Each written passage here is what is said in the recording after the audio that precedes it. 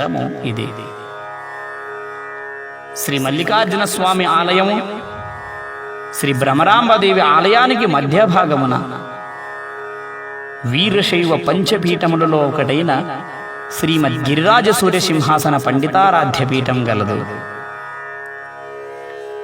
శ్రీశైల మల్లికార్జున లింగము నుండి లింగోద్భవులైన వారు ఆది జగద్గురు పండితారాధ్యులు అనే విషయము సుప్రభేదాగమునందలి సుధాకుండాఖ్య సుక్షేత్రే మల్లికార్జున లింగతః జననం పండితార్యస్య నివాస శ్రీగిరౌ శివే అను ప్రమాణమును బట్టి తెలియచున్నది.